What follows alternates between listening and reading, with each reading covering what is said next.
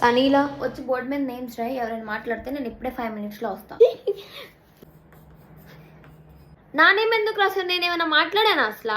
నువ్వు సైలెంట్ ఉంటే నేనేం రబ్ చేస్తా అన్నా కదా. అయితే జోకి కూడా మాట్లాడింది. జోకి నేమ్ కూడా రాయి. నా నేమ్ రబ్ చేయి. నేను సైలెంట్ గానే ఉన్నా ఇందాక నుంచి. సరే ఇదే లాస్ట్ అండ్ ఫైనల్. ఇంకోసారి మాట్లాడితే మాత్రం పక్కా నేనేం రాస్తా. మేడంకి వెళ్ళి కంప్లైంట్ ఇస్తాను. నీ మీద చెప్తున్నా. మళ్ళీ మాట్లాడుతుంది హారిక. మళ్ళీ రాస్తావేంటి నా నేమ్? చూడు అక్కడికి వెళ్ళి నా నేమ్ రబ్ చేసేస్తా. రబ్ చేయి. రబ్ చేయడానికి ఎందుకు వస్తున్నావు? వెళ్ళు.